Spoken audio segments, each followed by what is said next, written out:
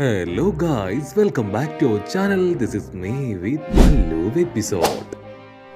Episode opening സീനിൽ നമ്മുടെ ആൾക്കാരാണെങ്കിൽ ഇപ്പോൾ ആ ഒരു വലിയ ജയന്റുകളുടെ ഐലാൻഡ് അങ്ങനെ ആസ്വദിച്ചിരിക്കുകയാണ്. ഇപ്പൊ റോബിൻ ആണെങ്കിൽ അവൾക്ക് കിട്ടിയൊരു ഇൻവിറ്റേഷൻ അനുസരിച്ച് അവിടെയുള്ള ഒരു വലിയ ലൈബ്രറിയുടെ അടുത്തേക്ക് വന്നിരിക്കുകയാണ്. റോബിൻ മാത്രമല്ല, നമ്മുടെ ആൾക്കാരെല്ലാവരും അവിടെയുണ്ട്. അത് ശരിക്കും റോബിന്റെ ഒരു റീയൂണിയൻ തന്നെയാണ്. ആ ഒരു ലൈബ്രറി അത് കാത്തു സൂക്ഷിക്കുന്നത് മറ്റാരുമല്ല, സാക്ഷാൽ സോളാണ്. റോബിനാണെങ്കിൽ ആ ഒരു ലൈബ്രറി ലക്ഷ്യമാക്കി പോകുന്ന അതേസമയം ലൂഫി ആണെങ്കിൽ റോബിനോട് ചോദിക്കും, നിനക്ക് വിരോധമില്ലെങ്കിൽ ഞാൻ പോയിക്കോട്ടെ. അതിന് നാമിയാണെങ്കിൽ അവനോട് ദേഷ്യപ്പെട്ടു പറയും, ഇത് റോബിന്റെ റീയൂണിയൻ ആണ്, അവൾക്കാണ് ഇൻവിറ്റേഷൻ കിട്ടിയത്. ലൈബ്രറിയിലേക്ക് റോബിൻ പോയിട്ടേ കാര്യമുള്ളെന്ന് പറഞ്ഞ് ലൂഫി അങ്ങനെ കറക്കി നിലത്തട്ടിക്കുകയാണ്. അങ്ങനെ റോബിൻ അവിടേക്ക് പോകുന്ന അതേസമയം ഒരു ജയന്റ് പെണ്ണാണെങ്കിൽ കരഞ്ഞുകൊണ്ട് നമ്മുടെ ആൾക്കാരുടെ മുൻപിലേക്ക് വരും. നമ്മുടെ ആൾക്കാർക്കാണെങ്കിൽ ഒന്നും മനസ്സിലാവില്ല, എന്താ സംഭവിക്കണേന്ന് അവളോട് ചോദിക്കുമ്പോൾ അവൾ കരഞ്ഞുകൊണ്ട് പറയും, സൗള് പെട്ടെന്ന് ബോധം കെട്ട് താഴേക്ക് വീണു. ഞങ്ങൾ അവനെ ഒരുപാട് നേരം കൊണ്ട് വിളിക്കുന്നു, പക്ഷേ അവൻ അനക്കമില്ല. എത്രയും വേഗം എന്തെങ്കിലും ചെയ്യണം, അല്ലെങ്കിൽ അദ്ദേഹത്തിന്റെ ജീവന് തന്നെ എന്തെങ്കിലും സംഭവിക്കുമെന്ന് ഞങ്ങൾക്ക് ഭയമുണ്ട്. അത് കേട്ട് റോബിനും നമ്മുടെ ആൾക്കാരെല്ലാവരും ടെൻസ്ഡ് ആവുകയാണ്. റോബിന്റെ വലിയൊരു ആഗ്രഹമായിരുന്നു ആ ഒരു ലൈബ്രറിയിലേക്ക് പോവുക എന്നതും സോളിനെ മീറ്റ് ചെയ്യുക എന്നതും. ആ ഒരു ഐലാൻഡിൽ റെയർ ആയിട്ടുള്ള ഒരുപാട് ബുക്സ് ഉണ്ട്, അത് കാണുക എന്നും അതിനെക്കുറിച്ച് മനസ്സിലാക്കുക എന്നതും അത് അവളുടെ വലിയൊരു ആഗ്രഹം തന്നെയായിരുന്നു. ഇപ്പൊ അതിന് വലിയൊരു വിള്ളൽ സംഭവിച്ചിരിക്കുകയാണ്. ഇവിടെ ലൂഫി ആണെങ്കിൽ അവളോട് ചോദിക്കും, നീ ആരാണ്? വർഷങ്ങളുടെ കാത്തിരിപ്പിനൊടുവിലാണ് ഞങ്ങൾ ഇവിടേക്ക് വന്നത്. ആ സോളിനെ കാണാനാണ് ഞങ്ങൾ ഈ ഒരു ലൈബ്രറിയുടെ അടുത്തേക്ക് വന്നത് പോലും. ആ സമയത്ത് തന്നെ ആളുടെ ബോധം കറക്റ്റായിട്ട് പോയോന്ന് ചോദിക്കും. അതിനവൾ തല താഴ്ത്തും. ഉടനെ സാഞ്ചി ആണെങ്കിൽ അവളോട് പറയും, റോബിന്റെ 22 വർഷമാണ് അവൾ ഇതിനുവേണ്ടി മാറ്റിവെച്ചത്. സോ ഇങ്ങനെ ഒരു സുവർണ അവസരത്തിൽ അദ്ദേഹം ബോധം കെട്ട് വീണത് അതൊട്ടും ശരിയായില്ല എന്ന് ഇപ്പൊ സാഞ്ചി പറയും. ആ പെണ്ണാണെങ്കിൽ അത് കേട്ട് വണ്ടടിക്കുകയാണ്. ചോപ്പർ ആണെങ്കിൽ ഇപ്പൊ അവരെയൊക്കെ തള്ളി മാറ്റിക്കൊണ്ട് ആ പെൺകുട്ടിയോട് പറയും, ഞാനൊരു പ്രധാനപ്പെട്ട ഡോക്ടറാണ്, സോ എനിക്ക് അദ്ദേഹത്തെ ചെക്ക് ചെയ്യാൻ സാധിക്കുമോ? ഉറപ്പായാലും അദ്ദേഹത്തിന്റെ പ്രശ്നം എന്താണെന്ന് ഞാൻ കണ്ടെത്താമെന്ന് പറയും. അങ്ങനെ നമ്മുടെ ആൾക്കാർ ഓരോരുത്തരായിട്ട് വായിൽ തോന്നി എന്തൊക്കെയോ വിളിച്ചു പറയാനായിട്ട് തുടങ്ങും. ഇവിടെ റോബിൻ മാത്രം സൈലന്റ് ആയിട്ട് നിൽക്കും. ഉടനെ ലൂഫി ആണെങ്കിൽ ആ സോൾ അവൻ എവിടെയാണുള്ളതെന്ന് ചോദിക്കും. ഉടനെ ആ ജയന്റ് ലേഡി ആണെങ്കിൽ ലൈബ്രറിയിലേക്ക് വിരൽ ചൂണ്ടി കാണിക്കുകയാണ്. ലൂഫി ഉറക്കെ വിളിക്കും, സോൾ, ഇത് ഞാനാണ് സ്ട്രോഹാർ ലൂഫി. എന്റെ കൂടെ എന്റെ ക്രൂ മെമ്പേഴ്സ് ഉണ്ട്. അതിൽ റോബിന് നിന്നെ കാണണമെന്ന് ഒരുപാട് ആഗ്രഹമുണ്ട്. മര്യാദയ്ക്ക് ഉറക്കം എഴുന്നേറ്റ് ഇവിടേക്ക് വായോ.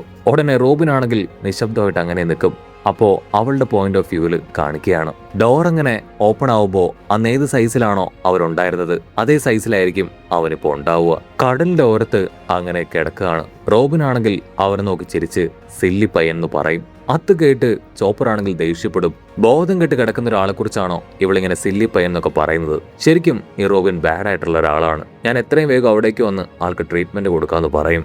റോബിൻ ആണെങ്കിൽ അവരോട് പറയും, നിങ്ങൾ ആരും തന്നെ അവിടേക്ക് വരേണ്ട ആവശ്യമില്ല, അവനൊന്നും സംഭവിച്ചിട്ടില്ല എന്ന് പറഞ്ഞ് അവളാണെങ്കിൽ കൂളായിട്ട് ചിരിച്ചുകൊണ്ട് അവന്റെ അടുത്തേക്ക് പോവാണ്.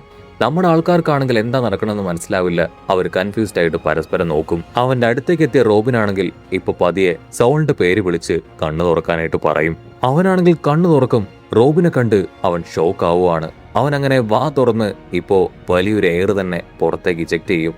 ആ ഒരു എയറില് നല്ല ഫോഴ്സിൽ റോബിന്റെ മുടിയും ഡ്രസ്സും ഒക്കെ പാറി പറക്കുമെങ്കിലും അവളാണെങ്കിൽ കണ്ണിമ ചിമ്മാതെ അവനെ തന്നെ നോക്കി നിൽക്കുകയാണ്. ഒരുപാട് വർഷത്തെ കാത്തിരിപ്പിന് ശേഷം വീണ്ടും അവർ കണ്ടുമുട്ടി. അവനാണെങ്കിൽ ഒരു സെക്കൻഡ് ആ കുഞ്ഞു റോബിനെ ഒന്ന് ഇമാജിൻ ചെയ്യാണ്. സത്യത്തിൽ അവൻ ആ ജയന്റ് ലേഡിയെ പറഞ്ഞു വിട്ടത് നമ്മുടെ റോബിനൊരു പ്രാങ്ക് കൊടുക്കാനാണ്. പക്ഷെ ഇപ്പൊ ശരിക്കും അവളെ കണ്ട് സ്റ്റെക്കായി പോയത് അത് അവൻ തന്നെയാണ്. അവനാണെങ്കിൽ ഒരുപാട് നേരമായിട്ട് പ്ലാൻ ചെയ്തതാണ് ഇതൊക്കെ തന്നെ. അതെല്ലാം തന്നെ തവിട് പൊടിയായി കഴിയുമ്പോൾ അവനാണെങ്കിൽ ഇപ്പോ അവളോട് പറയും, നിന്നെ കാണുമ്പോൾ ഇപ്പോഴും എനിക്ക് ആ ചെറിയ റോബിനായിട്ട് തന്നെയാണ് തോന്നുന്നത്. അപ്പോഴായിരിക്കും അവൾ അവന്റെ ഒരു കാല് ശ്രദ്ധിക്കുക, അത് വെപ്പുകാലാണ്. അവനാണെങ്കിൽ ഉടനെ അവൾക്ക് നേരെ കൈ നീട്ടും, എനിക്ക് നിന്നെ ഒന്ന് ശരിക്കും കാണണം. ഉടനെ അവളാണെങ്കിൽ അവന്റെ കയ്യിൽ കയറി നിൽക്കുകയാണ്. അവൻ അത്ഭുതത്തോടു കൂടെ റോബിനോട് പറയും, നിന്നെ ഇപ്പൊ കാണുമ്പോൾ നിന്റെ അമ്മയെ തന്നെയാണ് എനിക്ക് ഓർമ്മ വരുന്നത്. അത് കേട്ട് അവൾക്കും വലിയൊരു ഷോക്ക്. സത്യമാണോ? എന്നെ കാണാൻ അമ്മയെ പോലെ ഉണ്ടോ? അതിനവൻ പറയും, അതെ, നിന്റെ കണ്ണുകൾ അത് ശരിക്കും നിന്റെ അമ്മയുടെ തന്നെയാണ്. അവനാണെങ്കിൽ വേഗ് ഓഫ് പങ്കിന്റെ ആ സ്പീച്ച് നീ കേട്ടിരുന്നോ ചോദിക്കും. അതിന് അവള് പറയും കൃത്യമായിട്ടത് കേൾക്കാൻ കഴിഞ്ഞില്ല, ന്യൂസ് പേപ്പറിൽ വായിച്ചിരുന്നു. സൗളാണെങ്കിൽ മാറ്റർ എന്താണെന്ന് വിശദമായിട്ട് ചോദിക്കും. അതിന് അവള് പറയും വോഹാറയെ കുറിച്ച് അദ്ദേഹം പറഞ്ഞിട്ടുണ്ടായിരുന്നു. ബുദ്ധിശാലികളായിട്ടുള്ള മനുഷ്യർ ചരിത്രം കണ്ടെത്തിയിരുന്നു, എന്നാൽ അവരെ എല്ലാവരെയും നശിപ്പിച്ചു കളഞ്ഞു. അങ്ങനെ അദ്ദേഹം ഉദ്ദേശിച്ചത് അത് വോഹാറ ഐലാൻഡിനെയാണ്. അവർ ശരിയാണോ ഇല്ലയോ എന്നൊന്നും തന്നെ പറയാൻ ആളല്ല.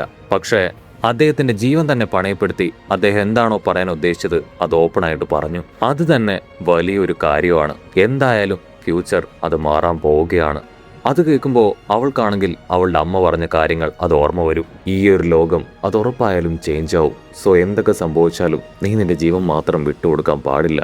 ആ ഒരൊറ്റ കാരണത്താൽ മാത്രമാണ് അമ്മയ്ക്ക് കൊടുത്ത വാക്കിന്റെ പേരിൽ അവൾ അത്രയും വലിയ അഡ്വേഴ്സ് ആയിട്ടുള്ള സിറ്റുവേഷനൊക്കെ ഫേസ് ചെയ്ത് ആത്മഹത്യ ചെയ്യാതെ ഇതുവരെ ജീവിച്ചു വന്നത്. അവളാണെങ്കിൽ ആ കാര്യങ്ങളെല്ലാം ഓർത്ത് ഇപ്പോൾ അവൻ്റെ മുഖത്ത് പറ്റിയ ഒരു പരിക്കിൽ പതിയെ കൈ ഓടിക്കും. നിനക്ക് വേദനിക്കുന്നുണ്ടോ? അതിന് അവൻ പറയും അത്ര പെട്ടെന്നൊന്നും എന്നെ ആർക്കും ഇല്ലാതാക്കാൻ കഴിയില്ല. അപ്പോൾ അവിടുന്ന് അങ്ങനെ കട്ട് ചെയ്ത ഫ്ലാഷ് ബാക്ക് കാണിക്കും. റോബിനെ സഹായിച്ച കൂട്ടത്തിൽ അവക്കിജി ആണെങ്കിൽ അവനെ ഐസാക്കി മാറ്റി കടലിലേക്ക് തള്ളും. ആ ഒരു വോഹർ ഐലൻഡ് കത്തി എരിയുമ്പോൾ ആ ഹീറ്റിൽ ഐസ് ഉരുകി അവൻ കഷ്ടപ്പെട്ട് പുറത്തേക്ക് വരും. സോ ആകെ മൊത്തം ആ വോഹർ ഐലാൻഡിൽ നിന്ന് രക്ഷപ്പെട്ടത് രണ്ട് പേരാണ്.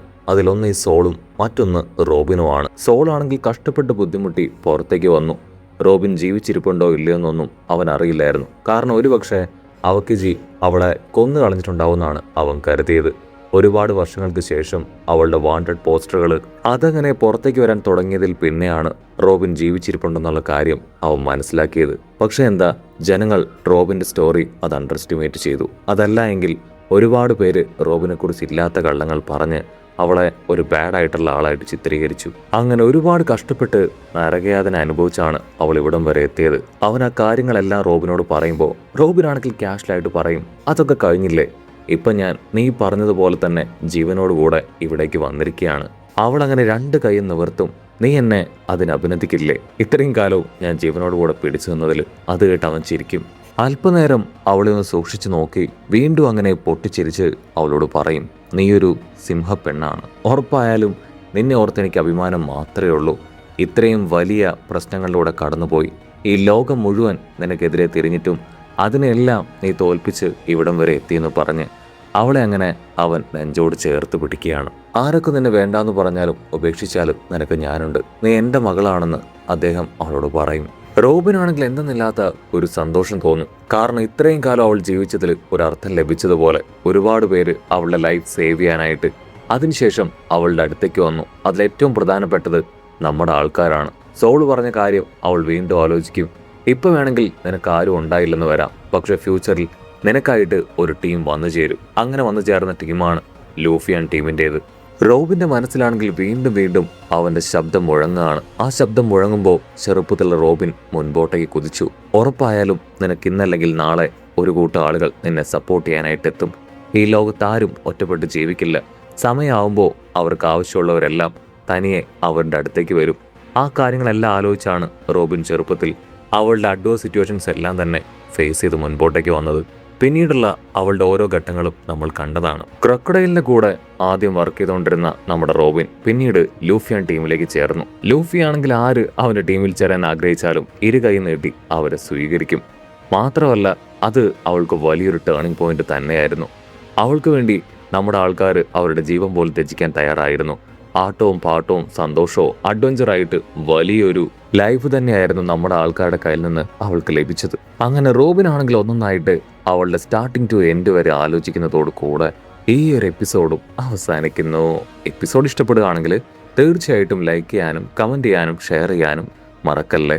അടുത്തൊരു അടിപൊളി എപ്പിസോഡുമായിട്ട് കാണുന്നവരെ it's me with Mallu episode.